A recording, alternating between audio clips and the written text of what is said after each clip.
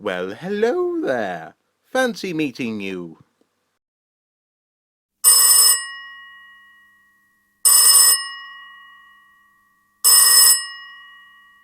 Hello, Paul. Thank you for appearing on Meet the Archaeologist. It's a pleasure. No problem. To have you. First of all, can we just start by confirming, obviously, your name, how you got into archaeology, and also what you're doing at the moment? I'm Paul Blinkhorn, and I suppose I first got into archaeology when I was a child. Me and my parents used to go on holiday in mid-Wales a lot. And mid-Wales is absolutely stuffed with Iron Age hill forts and castles, Motte and Baileys and the like.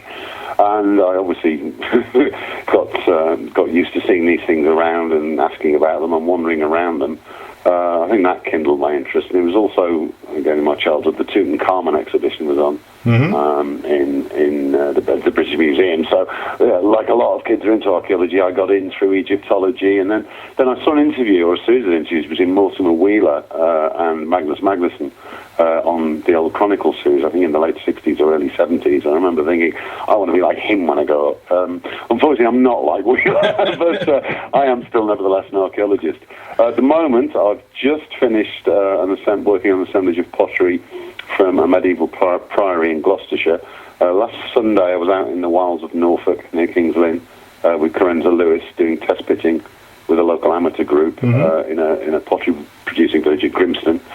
In the next couple of days, I'm down in Hertfordshire again with Carenza, and we're doing some test pitting with some school children from the area. Then Friday, I've got an assemblage of pottery, I think, from Oxford arriving on my doorstep, and there's various other odds and ends in the pipeline as well. I've just finished excavating the new Northampton station site, which is like the old Northampton Castle, so that'll be winding its way over at some point as well. Yeah. So you're surrounded with the detritus of excavations then? Yes, I've got boxes piled up everywhere. I'm only allowed the office and my cellar, but my other half's very, very keen on making sure huge cardboard boxes of pottery don't just start accumulating in the bedroom and living room. So, but I've got a lot of half-built pots around the office at the moment. Those sites I've got that are ongoing as well. So if there wasn't space control, there'd be pottery creep, would there? Oh, there used to be, certainly when I lived on my own. And I remember once I was doing a late medieval kiln site from Northamptonshire, and there was about 40 boxes of kiln waste came in, and I was stacking them up in the living room. In the end, I actually was putting throws over them and using them as furniture. It was the easiest way to deal with them. Oh, dear. Okay, well, fair enough. Well, obviously, most of the archaeologists, myself included, most of the archaeologists who'll be watching this probably know you best from your work as a broadcaster on Time Team and also the sadly cancelled Pub Dig. But one of the things I've always been curious about is how you go about balancing your work as an archaeologist with your work as a broadcaster. How did that play out? Well, it's never really been a problem. I mean, I've been freelance for about 15 years now. And the very first bit of television I did, which was the Time Team Live at Borsey in 1998, coincided with my very first day as a freelancer, so it wasn't a bad way to start, I suppose. I mean, personally speaking, my workload is such that on average I probably only work about 3 days a week. So balancing up doing TV with my responsibilities to my clients in the commercial world has never really been that difficult. It's usually possible to fit one around the other. I do very occasionally get the odd phone call from a sort of client having a major fit of stress as they realize they've got to get a report done by Friday and the pottery hasn't been done, and please can I get it as soon as it arrives. But such events are very few and far between, so like I say, it's never really been a problem. Okay, that's great. Well, so through your experiences, the myriad of experiences that you've had, what would you say is the most satisfying element of being an archaeologist? Hard to say, really, isn't it? It's one of the things that I suppose you do it for so long, you don't really think about it. But I think if you've got an interest in the past, there is no real substitute for getting your hands on it, and you don't get your hands on it more directly than when it's coming out of the earth. I mean, again, pots I find particularly satisfying objects because the periods I deal with, particularly the Anglo-Saxon and the early Anglo-Saxon period, they're very personal things. A lot of the pottery was made by the people who use them, or very close to the people who use them, and no two pots are really the same. So each pot has got a little bit of the maker in it. It's kind of a contact with the direct contact with the past. I love it when you find fingerprints, for instance, on the inside of pots, which you do quite often.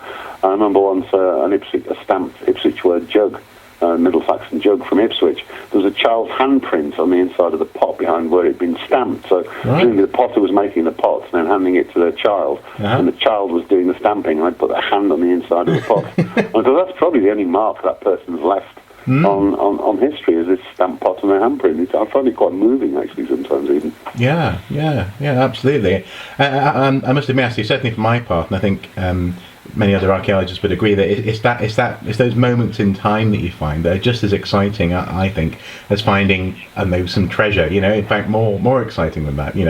Well, I've been doing archaeology for 30 years, and I've never found a piece of gold yet. No, treasure exactly. doesn't really come to you. Find the odd silver coin and things, but I'd much rather find a decent pottery assemblage than a hoard of coins any day of the week. But certainly, I find probably the pottery is actually more useful archaeologically than a big herd of coins. All you're looking at really is a single event in terms of a coin hoard, whereas pottery can tell you a lot more about what was going on at the side. Yeah, absolutely.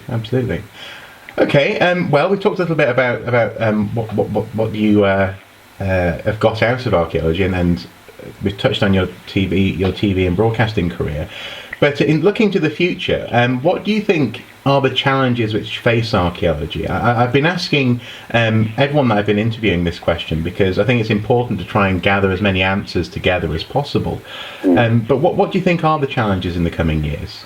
I think the main challenge we've got at the moment is commercial archaeology, in the sense of where it's fitting into the planning system, because the government have been messing about with the planning system now for the last few years, and they really don't seem to know where they're going, and nobody seems to know where the system itself is going. I mean, at the moment, planning archaeology is pretty much built into the planning process, but even so, there's actually it's not legally binding. If a planner decides to overrule or ignore the planning archaeologist's advice and not order a site to be excavated, they can in theory do it. I mean, we can make life very difficult for them, and there's been some huge public protests over the years. If you think of Quay in Dublin, where something like 250,000 people marched in protest at the fact that this fantastic site was going to be trashed, and actually by Dublin City Council, ironically. And then things like the Newport ship and what have you. I mean, we don't have that much sort of legislative clout as it is at the moment, and certainly with English heritage being weakened by the constant cuts to funding and things like that, I think we're very much at a tipping point. It could go back to the bad old days without too much difficulty. I mean, things aren't great as it stands. I mean, Chris Cumberpatch and I have published quite a few articles over the years sort of condemning the present system and highlighting the flaws and problems with it. It could be a lot better, but if the government relaxes the planning legislation, it could actually get really quite bad indeed. And you could even see an end to archaeology built into the planning process effectively, which is deeply, deeply worrying. I think that's our biggest concern at the moment. Yeah, no, absolutely. And I remember reading recently that, I say recently, about a year ago, a councillor saying, well, why can't we just make all archaeology a voluntary process? Councillor Melton, I remember that. I got quite involved with that, actually. We ended up with a Facebook group coordinating the whole thing called Bunny Hugging Archaeologists, which after Melton's rather disparaging comments about us all being a bunch of bunny huggers. I might be many things, but I'm not a bunny hugger. No, absolutely not. It was the infamous "Long live Eric Pickles" quote that was so widely publicised is down to me. I'd emailed him, and that was the only reply. I emailed him about his intentions, and the only reply I got from him was "Long live Eric Pickles." Next thing I knew, it was being thrown in his face on Radio 4 by the interviewer, which was quite amusing. Right. And he backed down, but I do sometimes wonder if that was almost them dipping the toe in the water to see what the sort of strength of reaction would be if they did scrap planning controls on archaeology. But who can tell? I mean, when you're dealing with politicians, it's difficult to know what they're thinking a lot of the time, to me. Exactly. I mean, to be honest, I'm quite glad that I can't fully comprehend how politicians think, so that's great. So moving on then, thinking about the future of archaeology, do you have any tips for would-be archaeologists, up-and-coming folk, young or old? Well, apart from don't do it, you mean? Everyone seems to say that. Yeah. I mean, number one, I would say is you're going to have to be prepared to starve. I've been doing this for 30 years more now, but I've been a ceramicist for 30 years. This coming November, and I was on the digging circuit for a couple of years before that. And when you're at the bottom of the ladder, it's really hard. I mean, the work is really hard physically. The pay is pretty poor. I mean, compared to what it was 30 years ago, relatively, it's a lot better. But it's still the pays are very poor. I mean, if you've got hardly any thoughts of owning a house or having a nice car or lots of children and archaeologist wages, I'd forget it. Or at least I'd forget it if you're at the bottom of the tree. It's taken me something like 15 or 20 years to get an income that I'd decide as decent. And you know, there's no substitute for just hanging on in there. Really, you just have to. If you want to get into archaeology, I'd advise people to get as much experience as is possible. Certainly, if you're going to work in field archaeology, degrees are all well and good, but what the units are actually after is experience. And when it comes to archaeology, there is no substitute really for experience or for field archaeology. I mean, as I say, I've been doing this for 30 years now, and I'm still learning, and I would imagine I'll still go on learning until the day I die. There's occasionally people wave a piece of pottery under my nose and go, "What's that?" And I look at it and I have no idea whatsoever. So, and it's like that after 30 years, or maybe that's just me. No, not at all. In some ways, it's nice to know that we are indeed all human. But also, yeah, I know what you mean. I have actually once had, a couple of times actually had someone come up to me to anything random, and say, "What's that? How old is it?" I don't know. I just how would I know? Absolutely. Okay, well, just a couple more questions. First of all, what are your future plans? Is there any chance that PubDig may return?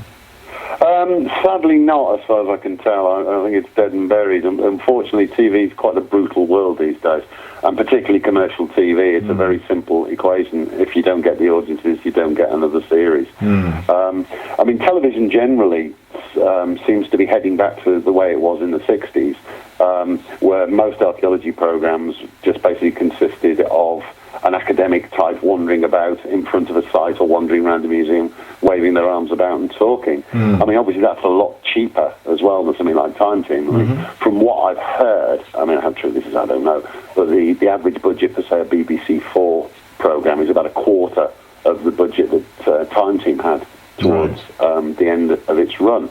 And both Time Team and PubDig were getting less than 1 million viewers by the end, and you need at least that these days, I would have thought, and probably more besides. But of course, the TV audience is very fragmented these days. There's many channels to choose from, and of course there's also the internet and such like. There's multi-platform media, to use a horrible phrase from the television industry, but and I think the future of it may even be on the internet. I mean, I'm doing a project at the moment. It's still in research and development with Tim Taylor, the producer of Time Team, called Dig Village. Yeah. Well, we're basically going to villages and we're digging test pits with the locals, and we're getting building historians in and documentary historians, and we're trying to reconstruct the history of the village from the ground up. It's a little like the thing that Michael Wood did with the Story of England, which itself was based on Time Team's big digs, and Mick Aston kind of pioneered it really with his Shapwick project. I suppose he started it. So, I mean, it's obviously a lot cheaper than something like Time Team as well. I do find it slightly annoying, actually, going off a tangent with the BBC documentaries, that they nearly always have an historian presenting archaeology programs. I don't seem to realise that. Or they have Andrew Marr doing a history program. Oh God! I've got a friend who's a professor of prehistory, and he watched the first episodes of that Marr did, and he said it was something. He described it as being like something out of a Ladybird book written in 1965. Yeah, exactly. And then on the adverts, you had that thing like, "Now we enter the most interesting part of history," and you're like, "What? What's this?" I swear, if I see one more documentary about the Tudors, I will scream. Other periods of history are available. Definitely. Or we know the history of trains, that kind of thing.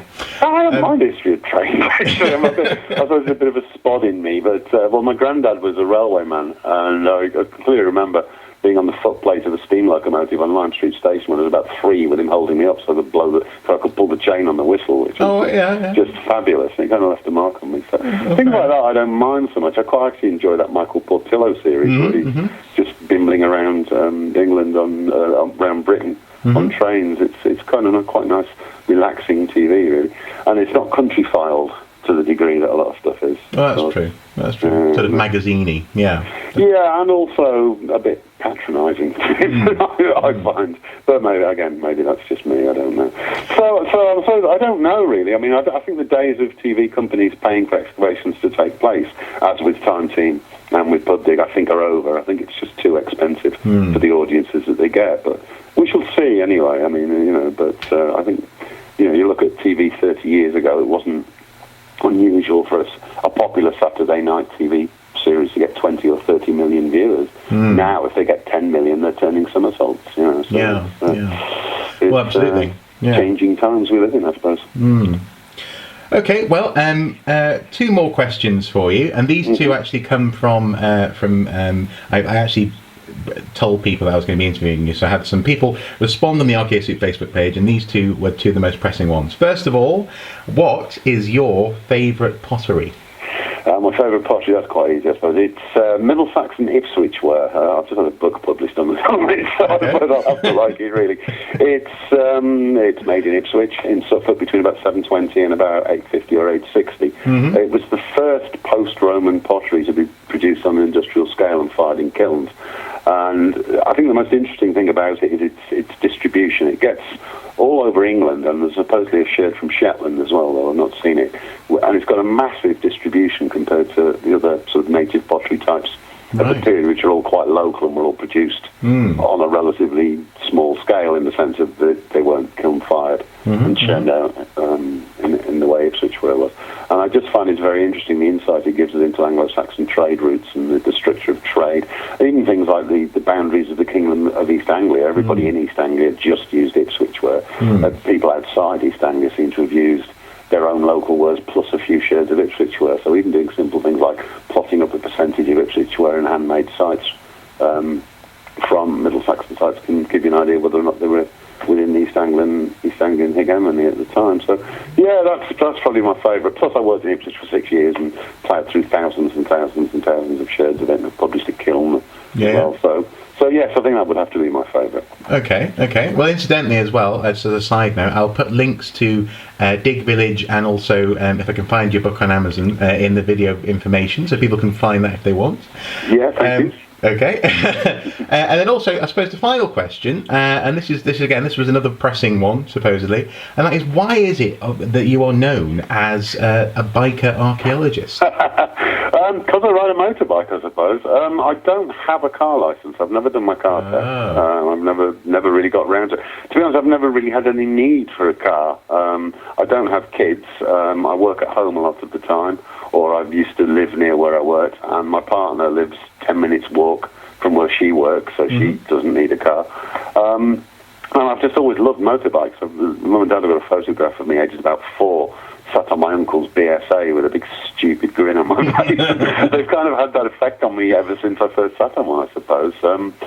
I do find them a lot quicker to get around on as well. Of course, being a ceramicist, the only thing I really need to take with me is an eyepiece and maybe a couple of books in terms of equipment, so they can all fit into the top box.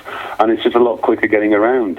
Places like East Anglia and what have you. When I'm going out to East Anglia in the summer, test pitting with Carenza with the Heifer project, getting through the inevitable traffic jams on the A14 on a bike are a lot easier than doing it obviously in a car. I mean, it's not so much fun in winter, and as some of my clients know, once the snow and ice come down, that's it. I'm at home till it melts again, So I suppose you're a lot more aware of the seasons, and I have actually had hypothermia a couple of times in the past.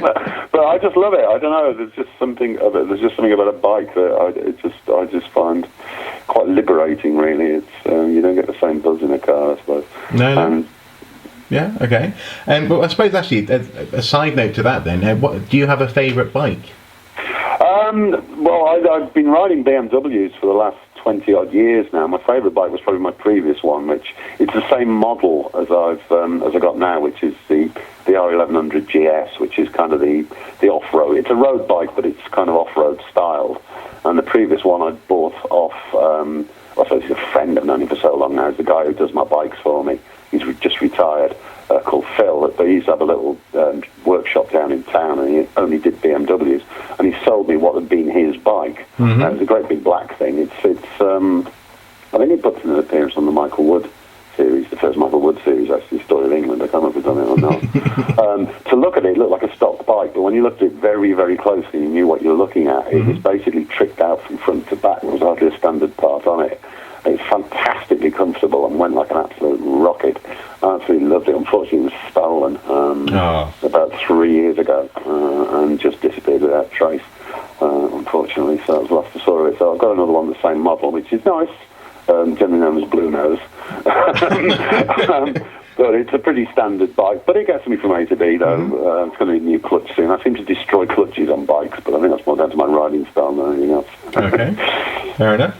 Well then, Paul Blinkhorn, broadcaster, pottery specialist and destroyer of bikes. Thank you very much for your time. It's been a pleasure. You're welcome.